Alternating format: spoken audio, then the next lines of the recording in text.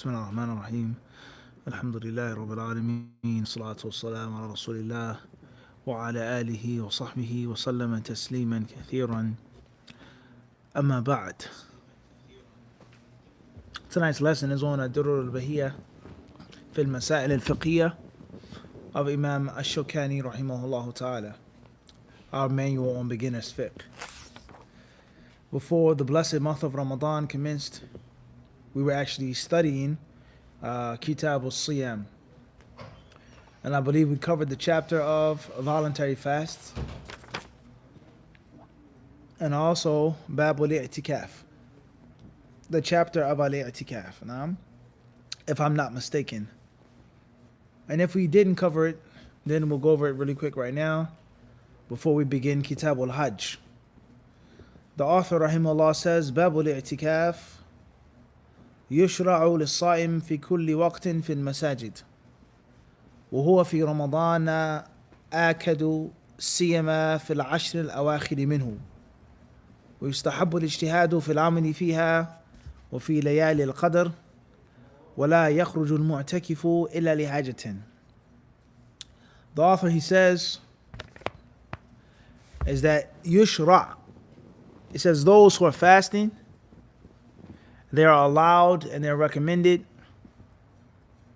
to make i'tikaf in the masjids. In the masjids. So we see here that the author, he made a requirement of i'tikaf, fasting. And as we've explained before in many classes and lessons, the scholars of Islam, they differ on, do you have to be fasting in order to make i'tikaf or not? Can you make i'tikaf when you're not fasting? When it's outside of Ramadan, you're not fasting. A woman who's pregnant and she's not fasting, a traveler, etc. Do you have to be sa'im to make i'tikaf? Here the author mentions lis-sa'im. He says for the one who's fasting. And in other places, he holds a view that the person doesn't have to be fasting. And he says fil masajid, in the masjids. And it does not require a specific masjid, such as Masjid al-Aqsa, or in Masjid al-Haram, or in Masjid al-Nabawi. Nor does he say al-Masajid al-Jami'ah, a mosque, quote unquote, that has Jum'ah and congregational prayers. He says fil masajid. Moving forward. And he says, and it's even more recommended, a level of recommendation which is even higher in Ramadan, and especially the last 10 of the month of Ramadan. So the author is saying that a person can make i'tikaf outside of Ramadan. But it's best and more virtuous to do it in Ramadan. And it's best and it's more virtuous to do it during the last 10 of the month of Ramadan. So we benefit from this speech here, is that a person, according to this author, this sheikh, this imam, can make i'tikaf outside of the month of Ramadan. ويستحب الاجتهاد في العمل فيها وفي ليالي القدر ولا يخرج المعتكف إلا لحاجة. And when a person is making i'tikaf, it is recommended to work very hard. It's recommended to work hard, to exert yourself in ibadah, especially during the nights of Qadr. And he doesn't say Laylatul Qadr, but he says nights, Layali al-Qadr, the nights of power. It states in the footnotes, قوله وفي ليالي القدر في هذا التعبير تجوز إذ لا ثم إلا ليلة واحدة كما بسطه في النيل، لكن المعنى ظاهر من السياق وأنه يريد استحباب الاجتهاد في العمل من قيام وغيره في الليالي التي هي مظنة ليلة القدر وذلك في الأوتار من العشر الأواخر. He says, obviously, this is a broad statement. Nights of Qadr, nights of power. And there's no nights of power. There's no such thing as nights of power. There's only the night of power, as the author has explained in other books. However, he means the nights which, in most cases, bi'idhnillahi ta'ala, is more probable and plausible for it to be Laylatul Qadr. The last 10, the odd, like we explained in detail in the lessons on Bulugh al-Maram. He then says, وَلَا يَخْرُجُ الْمُعْتَكِفُ إِلَّا لِحَاجَةٍ. And the one who's making the i'tikaf should not leave the place of the i'tikaf unless there is a need. Unless there is a need. Khairan, inshallah. So you may be asking the question, why are you going over the rulings of al-i'tikaf? Why are you going over the ahkam of al-i'tikaf? Didn't we go over this? Didn't we explain this? And most importantly, Ramadan's over. Many reasons why we're doing this. One, because we're reading a book in succession. Chapter after chapter after chapter, without any bias, prejudice, or any discrimination against the time. When you go through a book of fiqh, you go through the book of fiqh. So you could be studying Kitab al-Sawm during the Hajj season.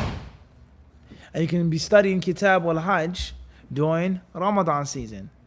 And if you choose to do separate or specific classes on the side for these special chapters, these seasonal chapters, as we do, and the scholars overseas, they do, we've learned this from them, that's one thing.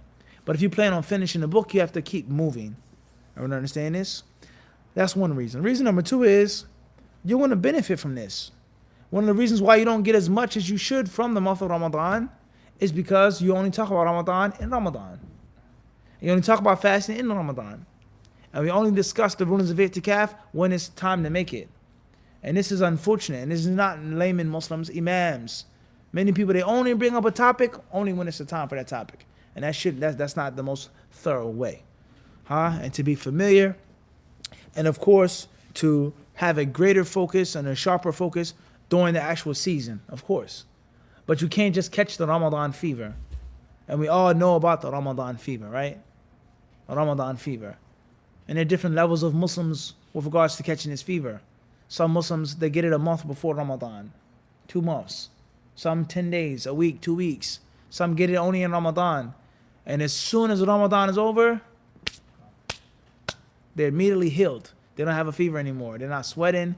Their body doesn't ache anymore. They have their appetite back to normal life. And one of the reasons, there are many reasons behind this. This is not the only one. One of the reasons is this, is that we only talk about these things during the season.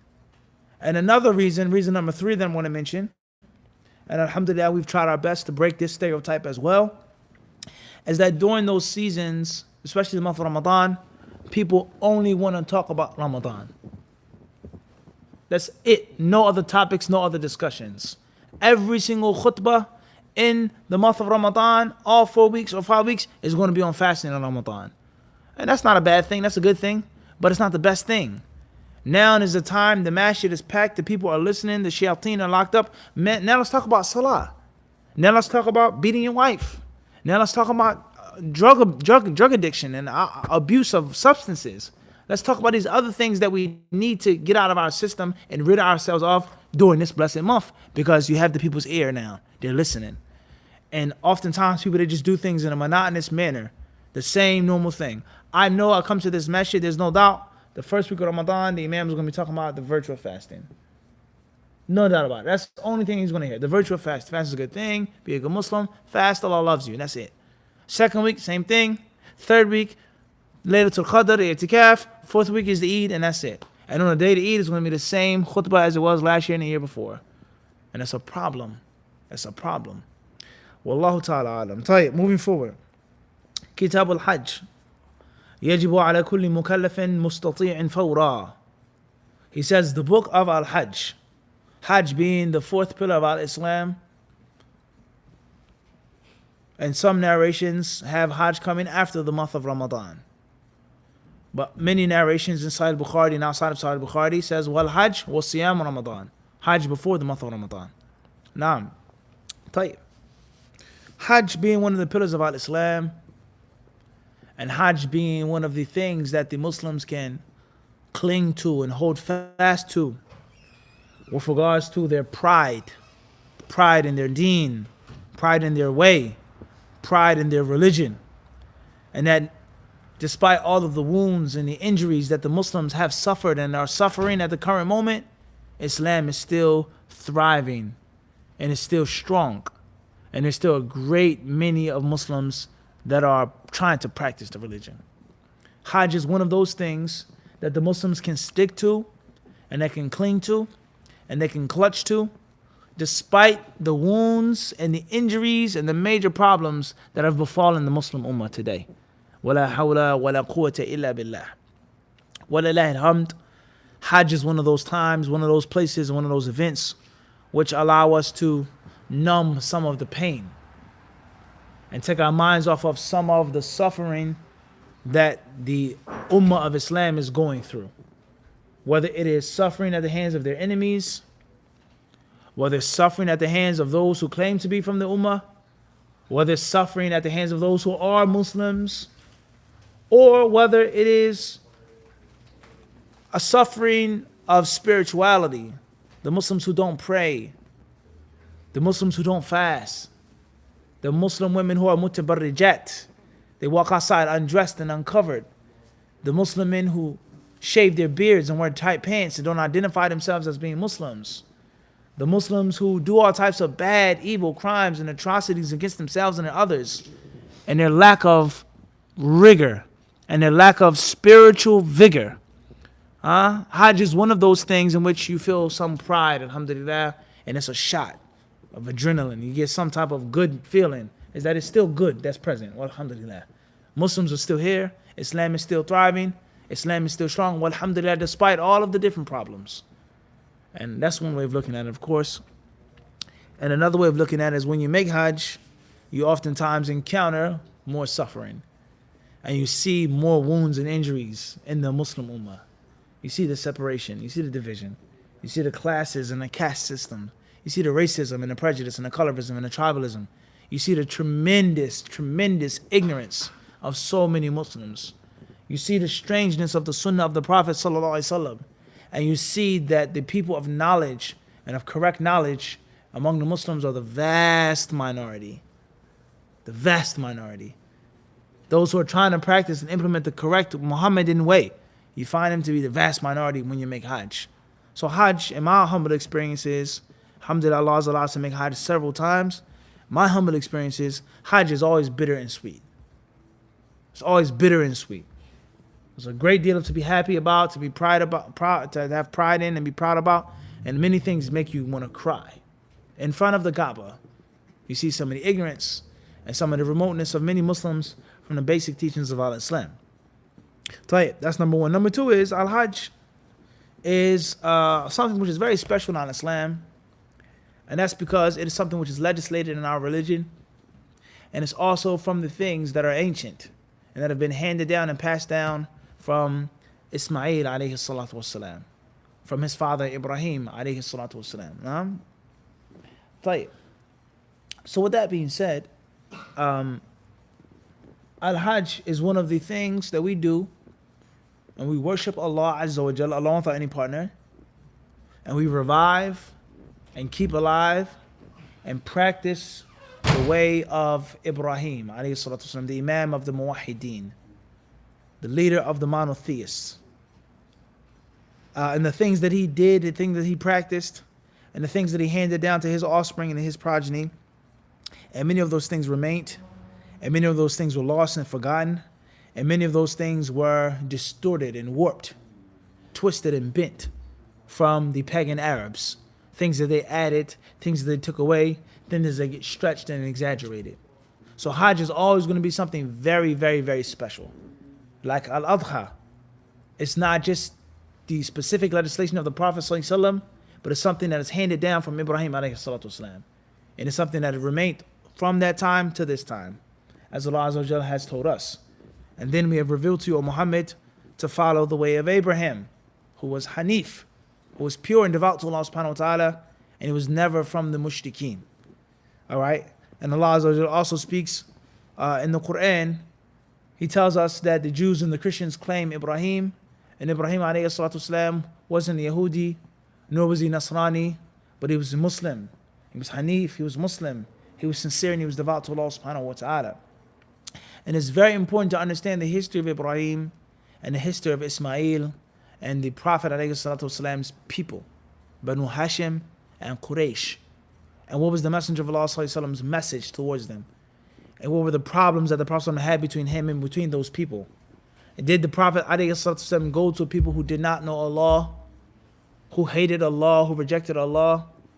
Or did he go to people who knew who Allah was and loved Allah and worshipped Allah, but they did not single him out in ibadah, and And there were other gods and goddesses, Salat and Uzza and Manat. And there was distortions and twisted, bent, warped understandings of those principles. The concept of Ar-Rububiyyah, Allah being the only creator, the only sustainer, the giver of life, the taker of life, he who sends down water from the heavens, so on and so forth. Allah's Rububiyyah, Ifradullahi fi af'alihi, singling out Allah in his actions. They believed in this, but there was warped things. And the tahqiq of Rububiyyah wasn't 100%. Alright, and this helps you understand the concept of Tawheed and what is and what isn't Tawheed. Did the Prophet ﷺ go and tell them who Allah was? Or did they know who Allah was? And did the Prophet ﷺ want to reinforce certain things, purge certain things, purify, fix, and straighten certain crookedness that they had in their concept of Allah and of religion, because they were descendants of Ismail. And this also goes to show us the concept of the Jews and the Muslims, and the hatred, and the enmity, and the killing, and the murder, and this and that, and all of the problems between the Muslims and the Jews. It's based off of Ismail, and Ibrahim, and Ishaq, and Yaqub. It's all pertaining to Hajj, and the history of the Arabs, the history of the Semitic people, so on and so forth. And we understand this? Another major lesson from Hajj is the concept of sacrifice. Sacrificing things for a greater and higher cause. It's one of the most important lessons of Hajj. It's to sacrifice. It's to give up what you love. It's to sacrifice what you love. It's to relinquish certain things that you love for a higher goal and a higher aim. And there are many, many lessons that are entailed and included in Al-Hajj. Everyone understand this? Tahqiq al-Tawheed, first and foremost, as we said. Actualizing your Tawheed, perfecting it, understanding it properly, and practicing it accordingly. The Tawheed of Allah subhanahu wa ta'ala. And hating the mushrikeen and being away from the mushrikeen and being separate from them and not following their way and imitating them. Naam? And there's lesson after lesson after lesson after lesson that all comes from Al-Hajj. So Al-Hajj, just like the month of Ramadan and everything else, as we said, there are spiritualities and there are technicalities. What we've just mentioned about Tawheed and Aqidah, about the history, the seerah, about the tribes, the Arabs, the Jews, Ismail, Ibrahim, that's all the spiritual things. Those are the spiritualities. And then we have the technicalities. How to make Hajj properly.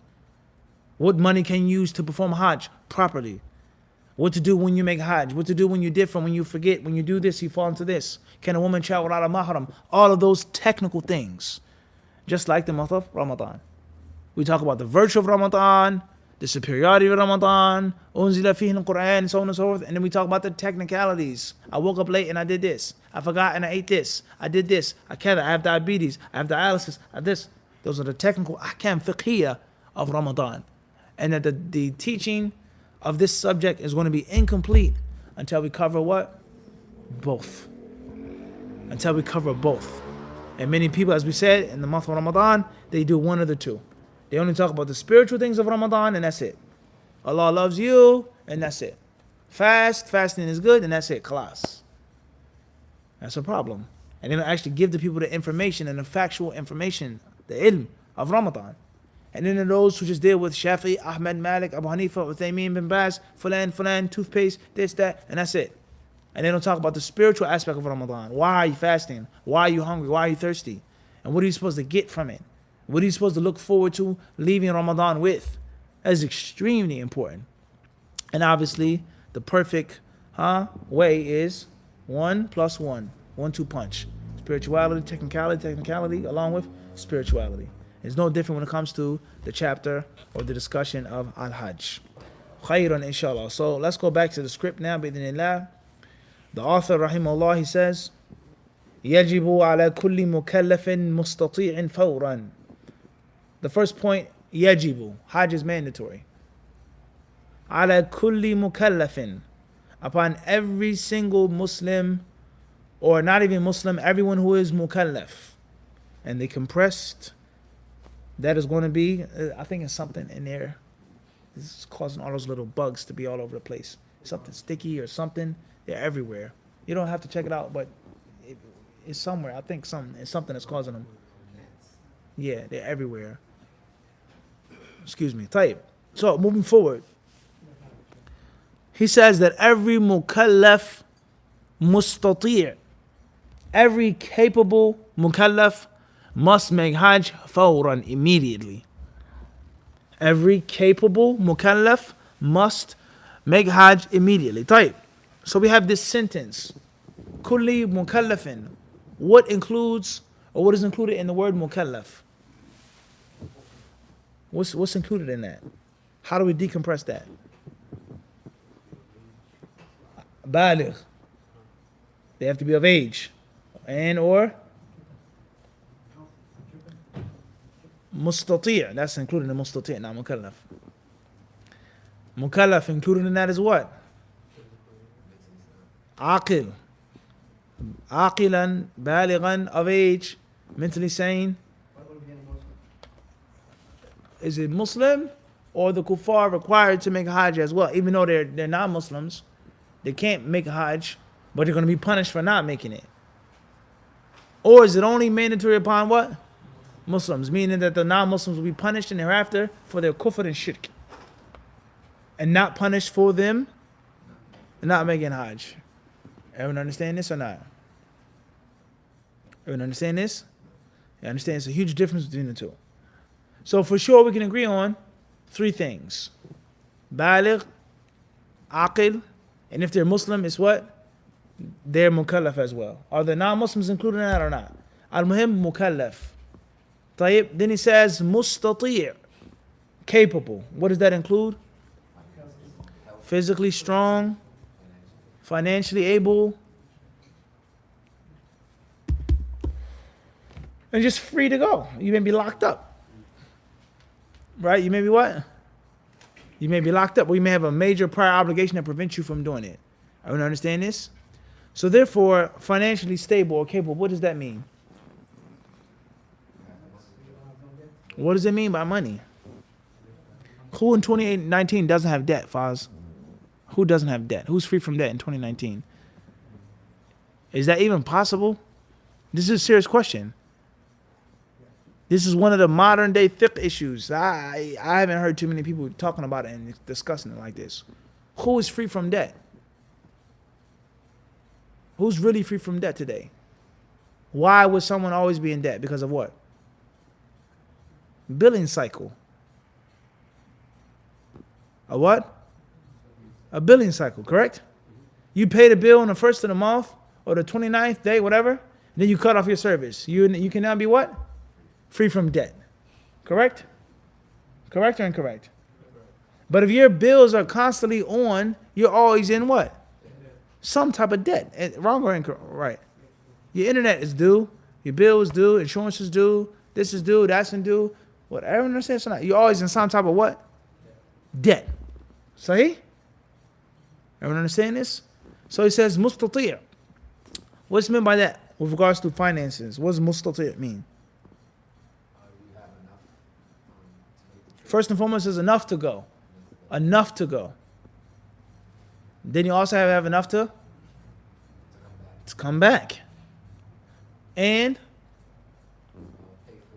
hold down the fort. You got to have enough to do what? Maintain the what? Maintain the fort. Your bills, your necessities at home must be what? Taken care of. So a Hajj package, how much nowadays? Yeah. 7,500. Allahu Akbar. That's like a hobo Hajj, huh? 7,500, huh? We won't mention no names. My brother's package is Allah wala quwwata illa billah. They tell you 5-star, right? In walking distance of the Kaaba, of the Prophet's noble masjid. You get there and it's what? You may take a helicopter to go there, huh? Tell you. All right, so $7,500, right? I have it. Do I have to make a Hajj now? No. When do I have to make Hajj financially? Give me a number. First of all, $7,500 is not enough to make Hajj. I still need emergency money there. Not spending, but what? Emergency number. This breaks down, this, and it happens what? All the time. So roughly, how much do I need? No luxury, just emergency money. Emergency, only emergency money. $2,500 for emergency money? What you say? No, that's not what I mean by emergency. That's clear. I'm talking about this bus breaks down. There's no space for the hotel here. You get sick, you gotta go pay for something. That's what I'm talking about. A stack.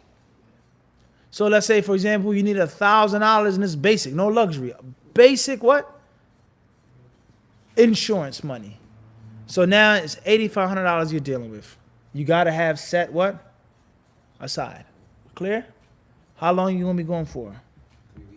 3 weeks. So that's basically a month's rent. 3 weeks you're not gonna be what? Working. So let's say that the Hajj date is when? Let's say it falls on a date in which you have to pay. Rent is due when you're in Saudi. You gotta have that what? Taken care of. You're not working. Your car note, whatever. You ever understand the point? You must maintain the what? The fort. They gotta be running in your absence. That's all squared away. $8,500 in my bank or under my bed, whatever, for the expenses, the $1,000 for emergencies. Spending money, not necessarily a necessity, but at least something to keep your body from falling under if something happens. You might need that money. Everyone understand this? So all of that is included in istita'a. You being mustati' financially. What? Financially. And what's meant by that physically? Good health. What's meant by good health? Once more, who has good health in 2019, huh? The world today, you may have cancer without even what? Realizing it. A'udhu billah. Huh? A waiting time bomb, something in your blood, in your food, a microchip. Allahu a'lam. Huh? Allah knows best, Sheikh. Abu, keep it real. You don't know. You can't underestimate anything. I don't understand this. It's a reality.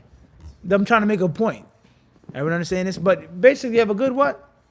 Clean bill of health. You're not about to pass out and fall out. You're physically strong. You don't got to be what? Muscle man, like some brothers. But you can actually stand up and hold. Whack it there. All right? Does that exclude someone in a wheelchair?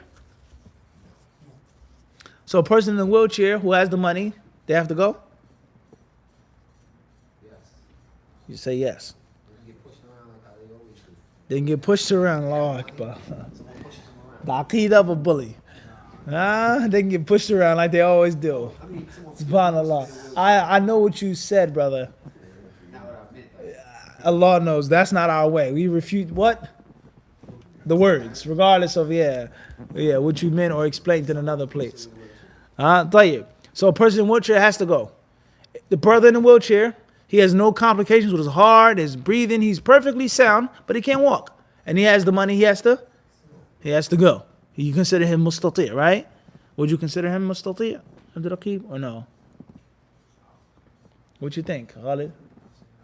He doesn't have to go until he has when? Think he can pay for someone else to take him around? Interesting issue, huh? This is a real question now. Because if he's going to a Hajj group, in most cases, somebody's going to be able to help him out. But is that obligatory for him to rely on somebody? Is that obligatory for him to be at the mercy of someone? Now, if his son is going, or his brother, then that may be a what? Maybe a different story. Everyone understand this? In which the son has the duty and obligation of birr. Everyone understand how it works now? Right. What else? What else meant by mustati', yani? Capable. What's meant by that as well? A mahram for a woman. A woman has to have a what? A mahram. So the sister, she has, mashallah, 20 G's. Huh? Plenty of money. I would say, so let me hold some of that, right? Sister has plenty of money. She has a premium Hajj package. She has all types of money for spending, emergency. She's physically fit, but she doesn't have a mahram. Does she have to make Hajj?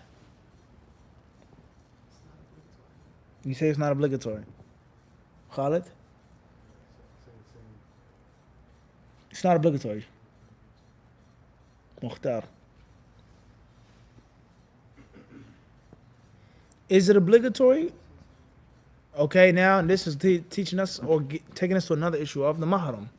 Can she travel with a group? There's 70 people on the plane with all Muslims. She has to have a mahram. What's going to happen to her? Who's going to abuse her and harm her? Does she need a mahram? In that situation? That's what we're talking about, 2019. We're not talking about 8th century Damascus. We're talking 2019. She doesn't need a mahram because of the group. Allahu Akbar. What'd you say, Abdul Raqib? He needs a mahram. You're going to stick with the dhahir, the text. طيب, everyone understand? This could be an issue here.